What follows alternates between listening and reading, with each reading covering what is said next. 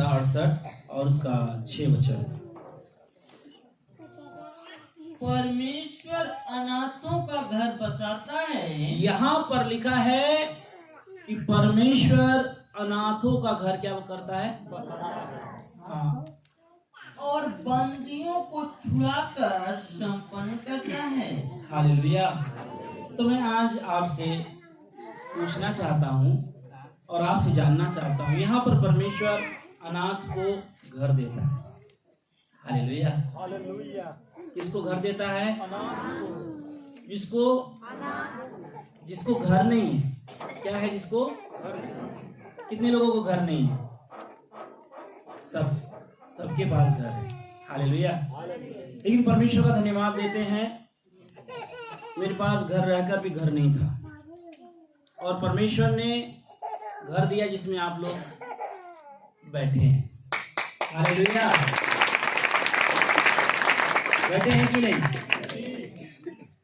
तो परमेश्वर का धन्यवाद हो। परमेश्वर अनाथ जिसके पास घर नहीं है वो क्या करता है? उनको घर देता है। और यहाँ पर लिखा है कि बंदियों को छुड़ाता है। हालेलुया।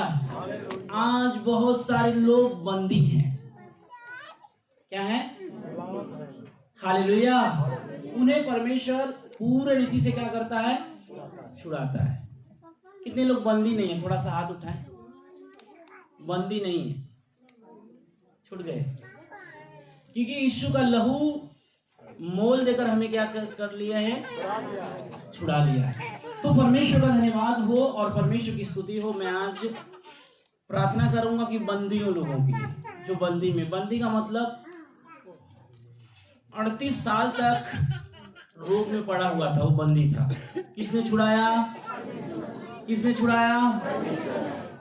लेकिन आज कई लोगों का भरोसा ये है कि हमें पास्टर छुड़ाएंगे, इसीलिए गड़बड़ी हो जाती है। कौन छुड़ाएगा आपको?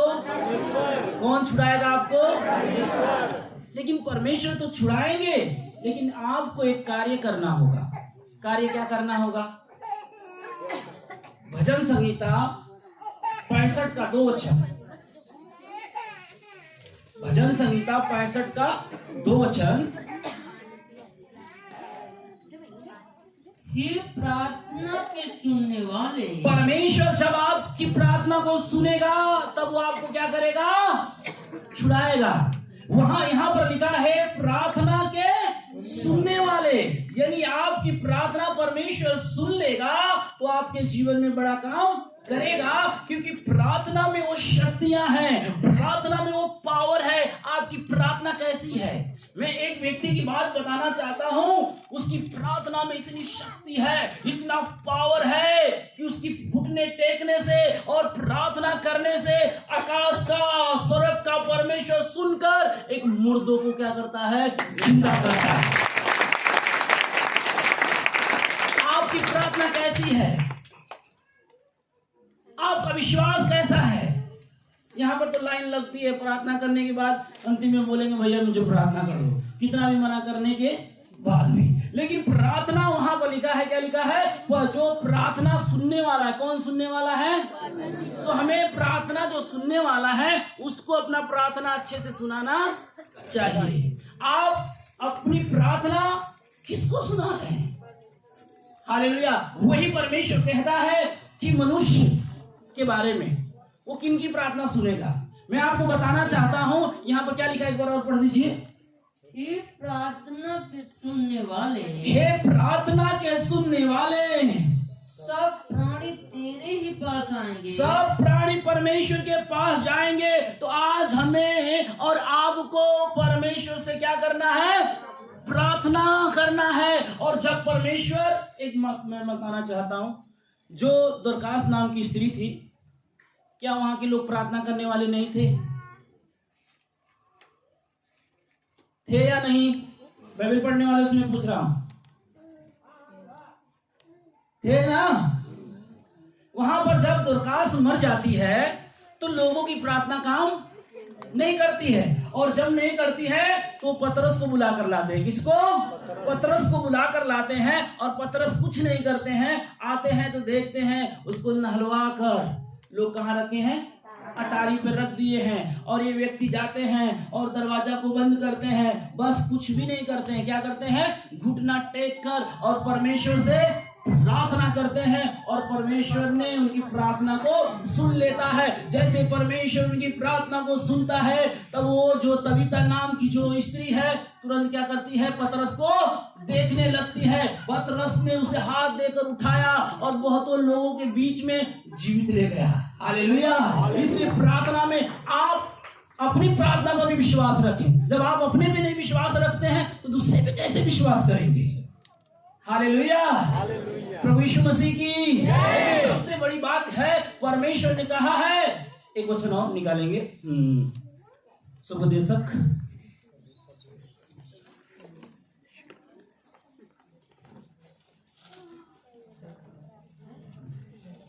8 निकालिए, 8।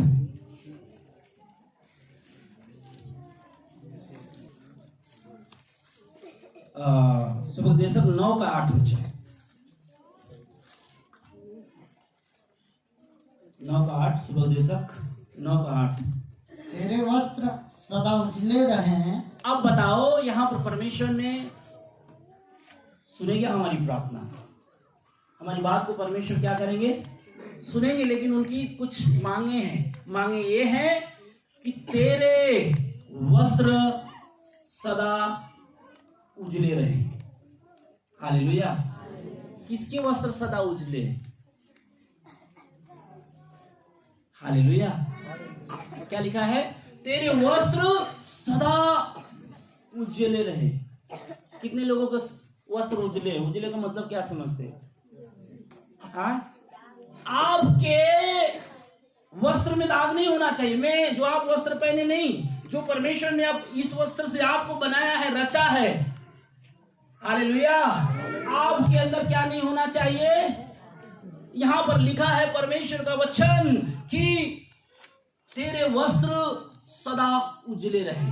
शैतान आपके वस्त्र को क्या करने आएगा? एकदम खराब करने आएगा, दाग लगाने आएगा, धब्बा लगाने आएगा, आपको परेशान करने आएगा, आपको निराश करने आएगा। लेकिन परमेश्वर का वचन यहां पर कहता है, परमेश्वर का वचन, तेरे वस्त्र क्या रहे? उजले। कितने लोगों के वस्त्र उजले हैं? अगर आपके वस्त्र उजले नहीं है तो आप परमेश्वर के भक्त नहीं हो, आप डुप्लीकेट हो, नकली जिसको बोलते हैं। हालेलुया।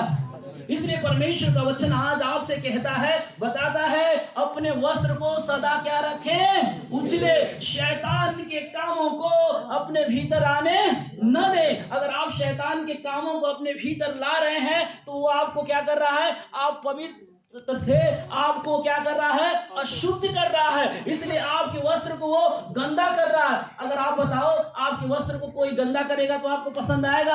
आप अच्छे से उसे धो दिए, धोकर ऊपर टांग दिए, कोई आकर उस पे ग्रीस लगा दे, मोबिल फेंक दे, कचरा फेंक दे, तो क्या करेंगे आप? क्या करेंगे? गुस्सा हो जाएंगे, उससे लड़ जाएंगे और कहेंगे, आंख फूट गई है क्या तेरी? तुझे दिखाई नहीं देता है? मेरे कपड़े को तूने क्या कर दिया है? लेकिन आज मनुष्य पाप में डूबा जा रहा है। एक देखा देखी पाप, फलाना का लड़का किया है तो हम भी करेंगे, फलाना का लड़की की है तो हम भी करेंगे। अरे जाना तो तुमको, दूसरे का देख कर क्यों आप परेशान हो? क्योंकि न्याय देना होगा। यहां पर परमेश्वर का वचन कहता है, तेरे वस्त्र क्या हो जाए? क्या हो जाए? क्या हो जाए? उजले। और आगे लिखा है, और तेरे सिर पर तेल की घटी न हो। तेरे सिर पर तेल की घटी, ये कौन सी तेल की बात हो रहा है? ऐसा रहता तो मैं रोज कपड़ा व्हाइट पहनता और पूरा तेल पोत कर इधर बाजार में क्या करता? मैं घूमता। लेकिन ऐसी बात नहीं है। ये तेल का मतलब परमेश्वर का अभिषेक दर्शाता है। कितने लोग परमेश्वर के अभिषेकों को त्याग दिया, छोड़ दिया, बुरा काम किए, चुगली किए, डाह किए, व्यभिचार किए, टोना टमाना किए, उनके वस्त्र क्या हो जाते हैं? गंदे हो जाते हैं। वचन और थोड़ा इस पर आएंगे भी, ध्यान रखिएगा। प्रकाशित वाक्य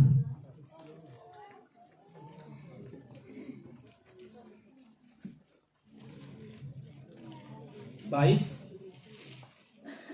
और 22 का 14 वचन।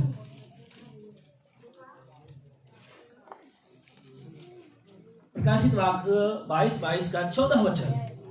धन्य वे हैं धन्य वे हैं जो अपने वस्त्र धो लेते हैं। कब आप अपने वस्त्र को धोओगे? अपने अंदर से गंदगी कब निकालोगे? हेलो, जाग रहे हैं आप लोग ना? तो यहां पर लिखा है धन्य है वे जो अपने वस्त्र को क्या करते हैं। क्या आपके वस्त्र धोए गए कि नहीं? प्रभु, आप सोचे कि प्रभु आकर डायरेक्ट धोएगा? नहीं, हमें तैयार रहना है। मुझे पता है कि साबुन से दाग जाएगा, तो साबुन को रखने से फायदा नहीं होगा। मुझको उसको क्या करना होगा? इस्तेमाल करना होगा। और जहां दाग है उसमें मुझे क्या करना होगा? रगड़ना होगा। तब दाग क्या हो जाएगा? खत्म हो जाएगा। इसीलिए यहाँ पर परमेश्वर का वचन कहता है धन्य वे जो अपने वस्त्र को धो लेते हैं। आप बताइए, अपने वस्त्र को धोए हैं? इस वस्त्र को रोज एक दिन भी नहीं बीतता है, आप वस्त्र को क्या करते हैं? धो लेते हैं। लेकिन जो परमेश्वर जिस वस्त्र की बात कर रहा है, उसमें अशुद्ध वस्तु मत आने दो, बुरे काम मत आने दो।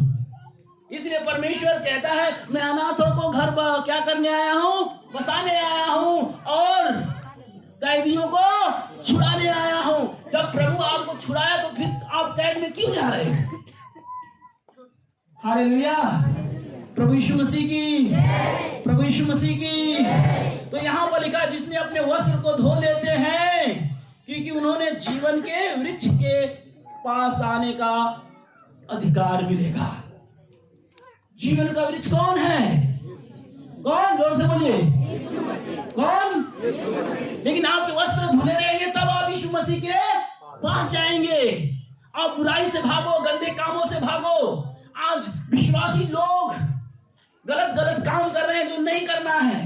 वो अपने वस्त्र को गंदा कर रहे हैं। मैं कहता हूं दूसरे का देख कर नहीं, कितने कहते उसका वो खराब है इसीलिए वो क्यों नहीं सुधार लेता है? सुधार लेती है। अरे उसको छोड़ो, अपना देखो। मैं एक बात आपसे पूछना चाहता हूं और बताना चाहता हूं, यीशु मसीह के साथ 12 चेले थे। अगर उनसे ये बात पूछा जाए कि प्रभु 11 तो अच्छे निकले, एक ही आपका चेला क्यों पकड़वाया? क्यों आपको धोखा दिया? बाइबल कहती है आपको धोखा देने वाले कोई बाहर से नहीं आएंगे, आपके घर के ही लोग आपको धोखा देंगे। इसलिए प्रभु कहते हैं अपने वस्त्रों को क्या करो? धो लो। अगर आप धो लेंगे तो आपको परमेश्वर के पुत्र के पास आने का क्या मिलेगा? अधिकार। अगर आपके वस्त्र नहीं धुले हैं तो आप परमेश्वर के पास, जीवन के वृक्ष के पास नहीं जाएंगे। जाना है तो अपने वस्त्र को क्या करना होगा? दाग वाला पहनेंगे। अपने शरीर में झांको, कौन सा मैंने गुनाह किया है, कौन सा मैंने पाप किया है, क्यों परमेश्वर मुझसे दूर है? वो तो कहता है मैं तेरे निकट हूं। हालेलुया। अपने वस्त्र को क्या करना होगा? धोना होगा। और प्रार्थना में वो पावर है कि यीशु मसीह पहाड़ पर गए, उनके प्रार्थना से उनका चेहरा क्या हो गया? प्रकाशित हो गया। यीशु मसीह के चेले देखकर डर गए। हालेलुया। तो आप क्यों छोटी छोटी गलती में पाप कर देते हैं? हालेलुया। अभी मैं एक दास हूं, अगर मैं दास हूं तो अपनी पत्नी को भी अपने बच्चों को लगाकर मैं गाली दूं तो क्या है? मेरे अंदर शैतान है। कितने लोग सोते हैं अरे तो मेरी पत्नी, मैं इसको गाली दे सकता हूं? ये नहीं है, क्योंकि परमेश्वर का वचन कहता है सबक देशन में यहां पर लिखा है, हाँ आगे लिखा है, पढ़ देते हैं आगे। अधिकार मिलेगा और जो फाटकों से होकर नगर में क्या करेंगे? प्रवेश करेंगे। प्रभु का नगर है, वो नगर कहाँ है? पवित्र है। वो नगर क्या है? पवित्र है। और सबक देशन में लिखा है जो हमने अभी पढ़ा है, 8 पढ़ा, थोड़ा सा 9 पढ़ दीजिए। अपने व्यर्थ जीवन के सारे दिन, अपने व्यर्थ जीवन के सारे दिन जो उसने सूर्य के नीचे तेरे लिए ठहराए हैं, अरे तेरे लिए ठहराए हैं, अपनी प्यारी पत्नी के संग में बिताना। किसके संग बिताना? किसके संग? हाँ, यहाँ पर दोनों आप मिक्स कर सकते हैं, चाहे पति हो चाहे पत्नी। यहाँ पर लिखा है अपनी, किसकी? हाँ लिखा है कि, फिर से पढ़िए एक बार और। अपने व्यर्थ जीवन के सारे दिन, अपने व्यर्थ जीवन के सारे दिन व्यर्थ जो हमने बिताया व्यर्थ, और सारे दिन जो उसने सूर्य के नीचे जो परमेश्वर ने सूर्य के नीचे तेरे लिए ठहराए हैं, तेरे लिए ठहराए हैं, अपनी प्यारी पत्नी के संग में बिताना, अपनी प्यारी पत्नी के संग क्या करना, बिताना। क्योंकि तेरे जीवन और तेरे परिश्रम में जो तू सूर्य के नीचे करता है, तेरा यही भाग है। यही भाग है। इतना हम काम करते हैं, बाप रे, भाग क्या है? अच्छे से जीवन बिताना है। हालेलुया। अपने को, और इन्होंने बताया कि जो झुर्री न रहे, दाग न रहे, वो पत्नी के बारे में यीशु ने कहा। और कलीसिया एक यीशु मसीह की दुल्हन है, और एक दिन दुल्हा आकर कलीसिया को क्या करेगा, लेकर जाएगा। तो थोड़ा सा आप पछताव करना है कि प्रभु, अगर आप पछताव कर लिए कि प्रभु परमेश्वर, मैं इस बदन पर कोई दुष्ट का दाग लगने नहीं दूंगा। कोई चुगलाई भी कर रहा है कोई, तो उससे वहां से आप भाग जाओ। बाइबल यही कहती है, वहां से क्या करो आप। लेकिन भागता कौन है? तनी और बोला, अच्छा लगा था। अच्छा लगता है दूसरे के बारे में जानना। मैं एक बात आपको बताना चाहता हूँ, ना अपनी बात किसी को बताओ, ना दूसरी की बात सुनो। अपनी बात सीधा परमेश्वर से कहो, वो किसी से नहीं कहेगा। लेकिन आज आपने किसी के सामने रोया, गिड़गिड़ाया, तो हो सकता है वो आपको कमजोर समझे, लेकिन परमेश्वर के भक्त नहीं। इसलिए दुनिया में रहो तो परमेश्वर पे भरोसा रखो। और बाइबल कहती है, जो मित्र पे भरोसा रखते हैं वो उस पर लात उठाते हैं। बहुत ध्यान। परमेश्वर ने वादा किया है, मैं ना छोड़ूंगा और ना। तो आज मैं प्रार्थना करूंगा बंधन के लिए, कैदियों के लिए, जो आज भी पाप में क्या कर रहे हैं, फंसे हुए हैं, मर रहे हैं। हालेलुया। जो पाप करता है क्या होता है, मर जाता है। आइए हम लोग खड़े होंगे। Thank you Jesus, thank you father, hallelujah.